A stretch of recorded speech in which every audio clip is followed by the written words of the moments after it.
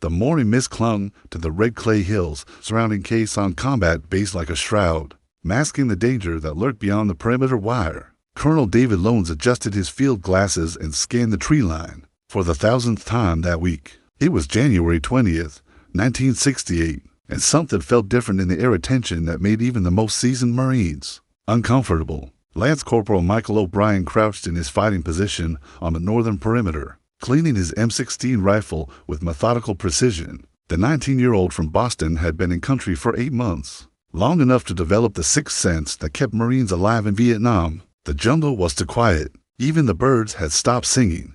"Hey, O'Brien," whispered his foxhole partner, Private First Class Rodriguez from Texas. "You hear that?"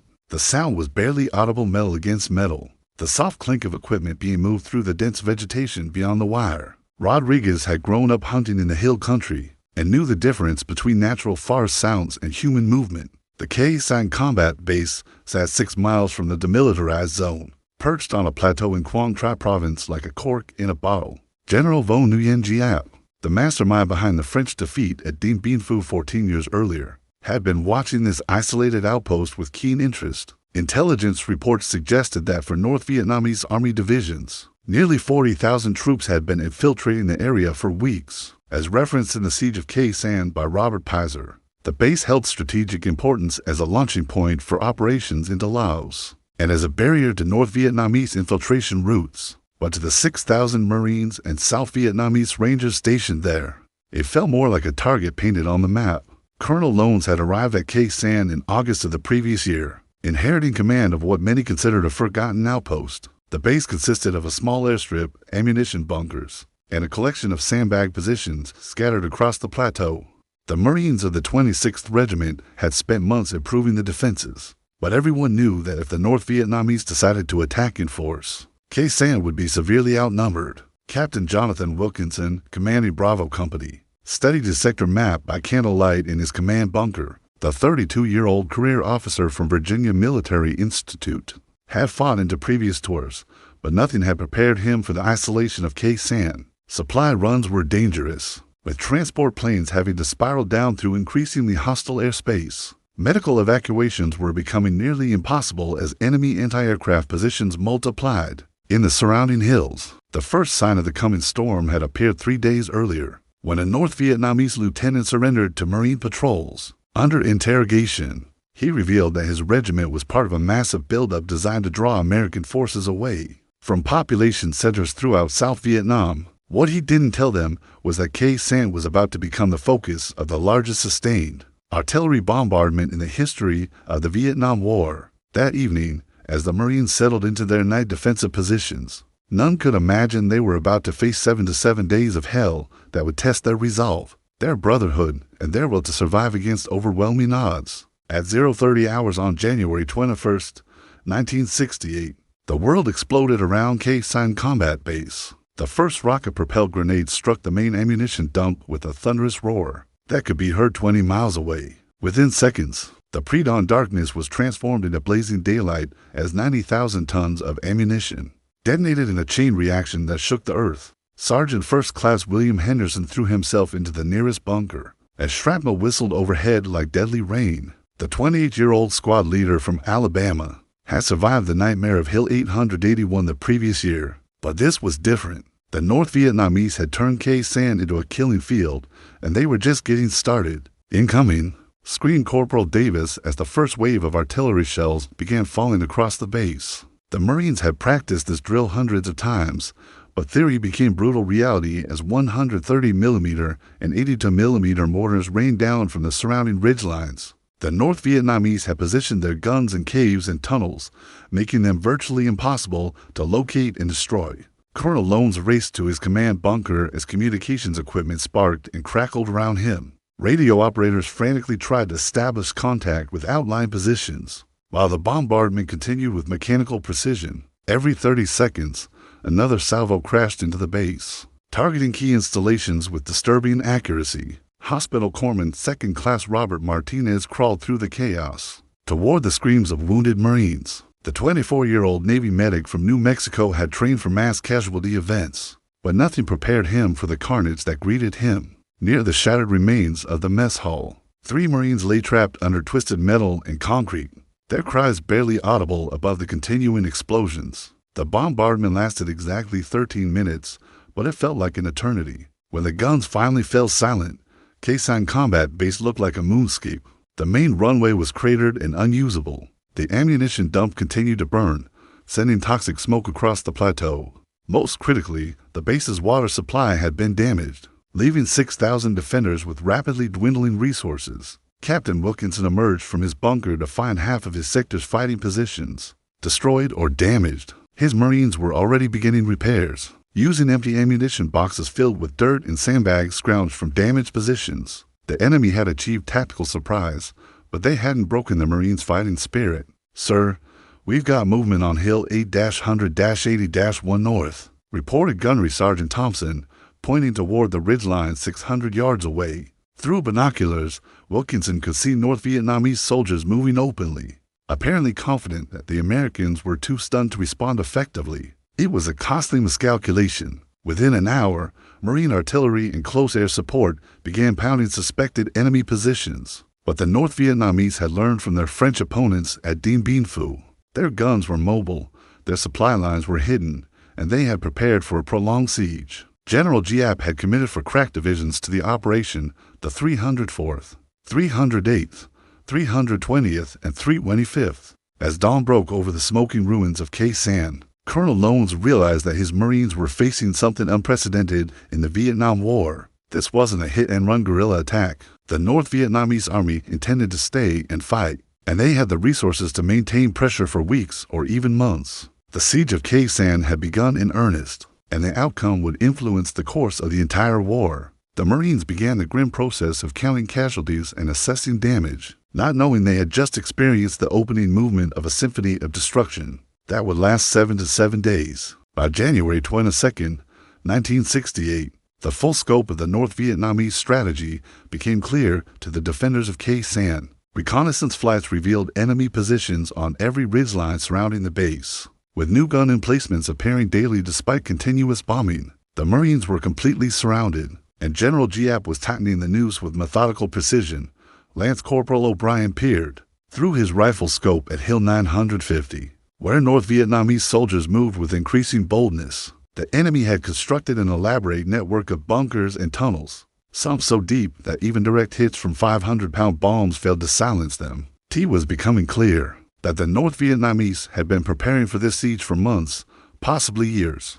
"We're in a world of hurt," muttered Gunnery Sergeant James Mitchell as he surveyed the damaged perimeter. From his position with Alpha Company, the 35-year-old veteran of the Korean War had never seen such sustained, accurate artillery fire. Every few hours, the North Vietnamese would unleash another barrage, targeting different sections of the base with deadly precision. Their forward observers had obviously mapped every building, every bunker, every defensive position.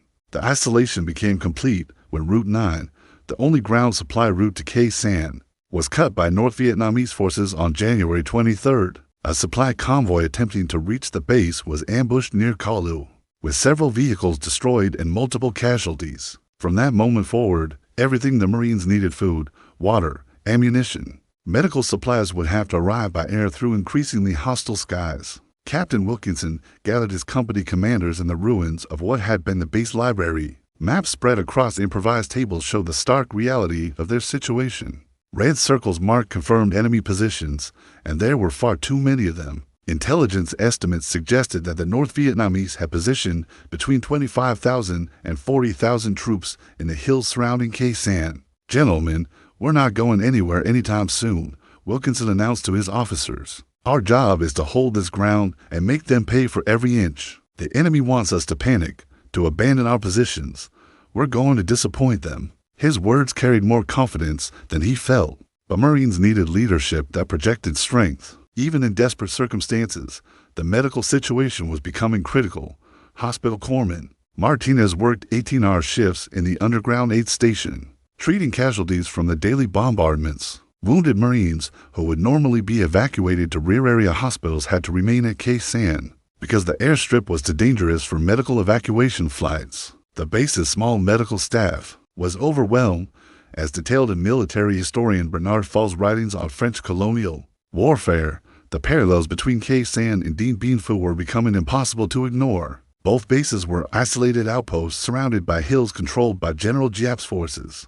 Both were subjected to sustained artillery bombardment that made resupply and reinforcement extremely difficult. He questioned haunting every Marine was whether Khe Sanh would meet the same fate as the French garrison 14 years earlier. Food rationing began on January 24th when it became clear that supply flights would be sporadic at best. Marines accustomed to 3 meals a day found themselves sharing sea rations and drinking water that tasted increasingly of purification tablets. The psychological pressure was as intense as the physical hardship. 6,000 Americans trapped in a kill zone with nowhere to run and no idea how long the siege would last. Private First Class Rodriguez cleaned his rifle for the 4th time that day, a nervous habit that helped calm his nerves between bombardments. The kid from Texas had joined the Marines to prove himself, but nothing in training had prepared him for this level of sustained terror. Every morning brought the question of whether today would be the day. The North Vietnamese launched their ground assault. February 5, 1968,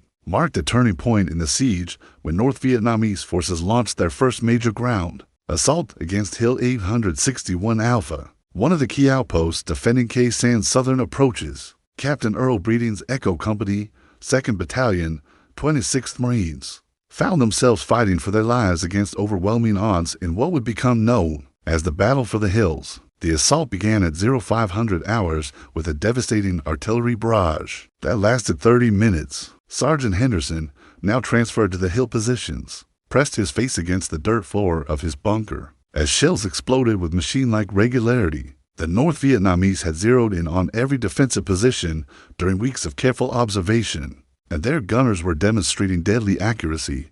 "Here they come," shouted Lance Corporal Peterson from Minnesota as waves of North Vietnamese infantry emerged from the tree line.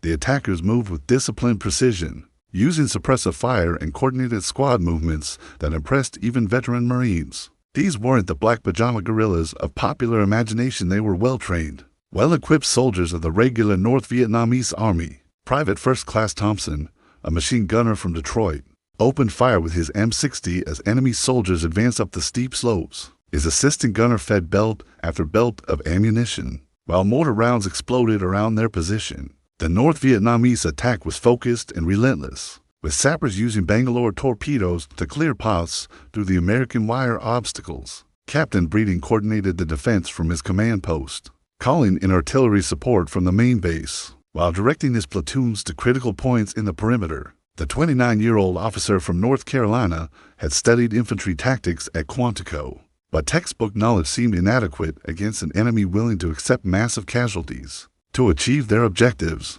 Hospital Corpsman 3rd Class Williams crawled between fighting positions under enemy fire, treating wounded Marines who couldn't be evacuated during the battle. The medical training that had seemed so thorough in peacetime proved insufficient for dealing with the horrific wounds caused by modern warfare. Williams improvised with whatever supplies he could find, knowing that proper medical care would have to wait until the fighting stopped. The battle raged for 6 hours before North Vietnamese forces finally withdrew, leaving dozens of bodies tangled in the defensive wire. February 6 brought another attack, this time against Hill 881 South, held by Captain William Dabney's India Company. The pattern was similar: intense artillery preparation followed by coordinated infantry assault. But the Marines had learned from the previous day's battle, adjusting their defensive tactics and improving coordination with supporting fires. Corporal Davis, now serving as a squad leader after his predecessor was wounded, positioned his Marines in mutually supporting positions that could deliver interlocking fields of fire. The defensive improvements made a significant difference when North Vietnamese forces attacked before dawn, advancing through morning fog that limited visibility to less than 50 yards. "Steady, Marines," Davis called to his men as enemy soldiers materialized out of the mist like ghosts. "Wait for my command." The discipline of the young Marines was remarkable under such pressure. They held their fire until the attackers were within effective range, then unleashed devastating volleys that stopped the assault cold. The hill battles demonstrated that North Vietnamese forces were willing to accept enormous casualties in their efforts to overrun Khe Sanh's outer defenses, but they also proved that well-trained, well-led Marines could hold their ground against superior numbers. When properly supported by artillery and air power, the siege was entering a new phase, with both sides settling in for a prolonged test of endurance and will. February 7, 1968, witnessed the unleashing of American air power on a scale unprecedented in the Vietnam War. Operation Niagara, approved by President Lyndon Johnson himself, brought the full weight of Strategic Air Command's B-52 Stratofortresses to bear on North Vietnamese positions. Surrounding Khe Sanh, the thunderous roar of jet engines became a constant presence over the battlefield. General William Westmoreland, commanding Military Assistance Command Vietnam, had convinced Washington that Khe Sanh represented a crucial test of American resolve. If the Marines could hold their ground against General Giap's best divisions, it would demonstrate that conventional North Vietnamese Army tactics could not succeed against American firepower and determination. The alternative, another Dien Bien Phu, was unthinkable. Colonel Lone stood outside his command bunker as the first wave of arc light strikes pulverized suspected enemy positions on Hill 764. Each B-52 carried 36 500-pound bombs. At flights of 3 aircraft could devastate areas measuring 1.5 miles by half a mile. The psychological effect on both American and North Vietnamese forces was enormous. "Jesus Christ," whispered Private Rodriguez as the earth shook from bombs exploding less than a mile from the main base. The young Marine from Texas had never imagined such destructive power. Windows shattered in bunkers throughout Khe Sanh, and the continuous thunder of explosions made normal conversation impossible for hours at a time. Sergeant Mitchell coordinated close air support from his forward observer position on Hill 881 Alpha. The veteran non-commissioned officer had extensive experience calling in artillery and tactical aircraft, but directing B-52 strikes required a completely different level of precision. Error margins were measured in hundreds of yards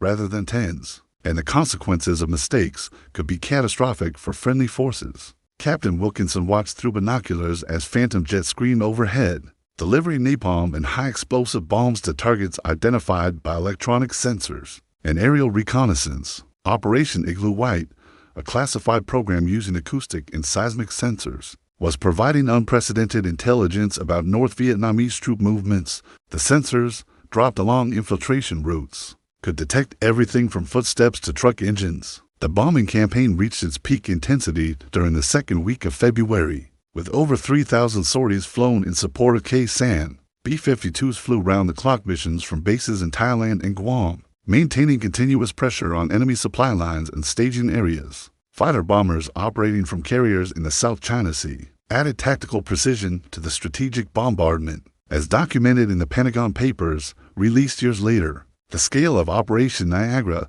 exceeded the bombing of many European targets during World War II. Over 100,000 tons of ordnance were dropped in the immediate vicinity of Khe Sanh during the 7-to-7-day siege, making it one of the most concentrated bombing campaigns in military history. Hospital Corpsman Martinez treated his first case of combat fatigue on February 10th. A 19-year-old rifleman who couldn't stop shaking after a particularly intense bombardment. The psychological toll of the siege was becoming as significant as the physical casualties. Marines who had endured weeks of constant shelling were showing signs of stress that military medicine was only beginning to understand. Lance Corporal O'Brien had developed his own coping mechanisms, focusing on small tasks that gave structure to each day. Cleaning weapons, writing letters home, and maintaining his fighting position provided psychological anchors in a world that had become completely unpredictable. The young Marine from Boston discovered reservoirs of inner strength he never knew existed. The air support was undoubtedly saving American lives, but it came at a cost. Several friendly fire incidents occurred when coordinates were miscommunicated or when North Vietnamese forces deliberately positioned themselves close to American positions. Fog of war was complicated by the fog that often shrouded the hills around Khe Sanh, making target identification extremely difficult. Despite the massive bombing campaign, North Vietnamese forces continued to probe American defenses with small unit attacks and maintained their artillery bombardment of the main base. General Giap's soldiers had gone deeper underground, constructing elaborate tunnel systems that could withstand even direct hits from heavy bombs. The siege continued with undiminished intensity. January 30th, 1968, revealed the true strategic purpose behind the siege of Khe Sanh when North Vietnamese and Viet Cong forces launched coordinated attacks against over 100 cities and towns throughout South Vietnam. The Tet Offensive, timed to coincide with the Vietnamese New Year, transformed Khe Sanh from an isolated battle into a crucial component of General Giap's master strategy. Colonel Lones received the first reports of the nationwide attacks through encrypted radio transmissions that painted a picture of chaos across South Vietnam, Saigon, Hue, Da Nang, and dozens of other population centers were under assault by enemy forces that had somehow infiltrated through supposedly secure areas. The siege of Khe Sanh had successfully drawn American attention and resources away from defending urban areas. Captain Breeding, still commanding the Marines on Hill 861 Alpha, understood immediately that his isolated outpost had become a strategic deception. "We're the bait," he told his platoon leaders during a brief respite between artillery barrages. "They want us here, focus on this hill, while they hit the cities." The realization was both sobering and oddly comforting. The Marines weren't dying for a meaningless piece of real estate. Gunnery Sergeant Thompson, monitoring radio communications from various units throughout South Vietnam, provided running commentary on the battles raging hundreds of miles away. Enemy forces had penetrated the American embassy compound in Saigon, occupied the ancient imperial capital of Hue, and were fighting street-to-street battles in cities that had been considered secure rear areas. The psychological impact of the Tet Offensive on American public opinion would prove more significant than its military outcomes. Television images of enemy soldiers inside the embassy compound and fierce urban fighting contradicted official statements about progress in the war. For the Marines at Khe Sanh, however, the immediate concern was surviving the next artillery barrage. Private First Class Johnson, a radio operator from California, intercepted fragmentary reports about battles in his hometown region near Los Angeles. The surreal nature of fighting a war while monitoring news from home added another layer of stress to an already overwhelming situation. Johnson found himself wondering if the sacrifices being made at Khe Sanh were worthwhile if the enemy could strike at will. Throughout South Vietnam, as detailed in journalist David Halberstam's reporting from Vietnam, the Tet Offensive marked a turning point in American public perception of the war. While military commanders could point to tactical victories and favorable casualty ratios, the strategic initiative had clearly shifted to the North Vietnamese. Khe Sanh became a symbol of American determination or folly, depending on one's political perspective. Hospital Corpsman Williams treated increasing numbers of Marines suffering from what would later be recognized as post-traumatic stress disorder. The combination of constant shelling, isolation from the larger war effort, and uncertainty about the strategic significance of their sacrifice was taking a psychological toll that traditional military medicine was unprepared to address. February 14th brought a temporary lull in the bombardment of Khe Sanh, leading to speculation that North Vietnamese forces might be withdrawing. However, aerial reconnaissance revealed continued movement of troops and supplies into the area. General Giap was maintaining pressure on the Marines while simultaneously conducting operations throughout South Vietnam. Sergeant Henderson led a patrol beyond the perimeter wire to investigate what appeared to be abandoned enemy positions. His instincts proved correct when the patrol triggered a carefully prepared ambush that resulted in 2 Marines wounded and a frantic fighting withdrawal under covering fire. The strategic picture was becoming clearer to military analysts in Saigon and Washington. The siege of Khe Sanh had indeed been a diversionary operation, designed to draw American forces away from population centers while the Tet Offensive unfolded. By mid-February, both sides were locked in a battle of attrition that neither could afford to lose. The Marines had to hold Khe Sanh to maintain American credibility, while the North Vietnamese had committed too many resources to withdraw without achieving some measure of success. March 30th, 1968, marked the beginning of Operation Pegasus, a massive relief operation designed to break the siege of Khe Sanh and restore ground communications with the isolated Marine base. The 1st Cavalry Division Airmobile, supported by Marine and South Vietnamese forces, launched a coordinated assault that would determine whether the 7-to-7-day siege had been worth the enormous cost in lives and resources. General Creighton Abrams, preparing to assume command from General Westmoreland, supervised the operation from his headquarters in Saigon. The relief of Khe Sanh had become a test of American military capabilities and political will. Failure was not an option, regardless of the cost involved. Colonel Lones watched from his command bunker as helicopters from the 1st Cavalry Division began landing assault troops on hills surrounding the base. The sight of reinforcements arriving in strength lifted morale throughout the Marine garrison, which had endured nearly 11 weeks of continuous bombardment and isolation. For the first time since January, victory seemed possible.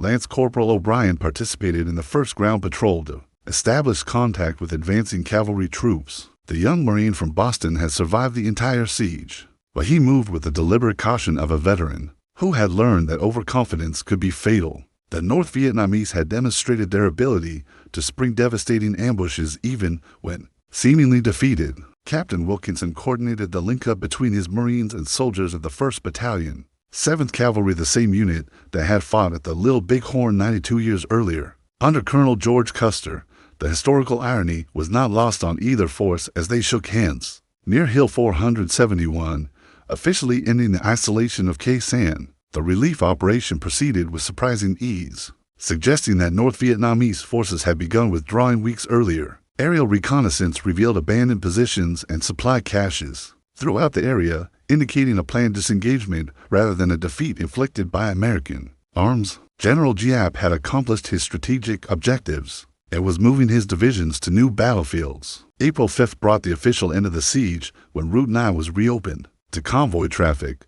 The first supply trucks to reach Khe Sanh in over 10 weeks brought fresh food, mail from home, and replacement personnel for Marines who had earned rotation to rear areas. The psychological relief was as significant as the physical resupply. Sergeant Henderson supervised the recovery of American equipment and weapons left in forward positions during the siege. The veteran non-commissioned officer was struck by the amount of ordnance that had been expended, millions of rounds of small arms ammunition, thousands of artillery shells, and countless tons of supplies airdropped into the base.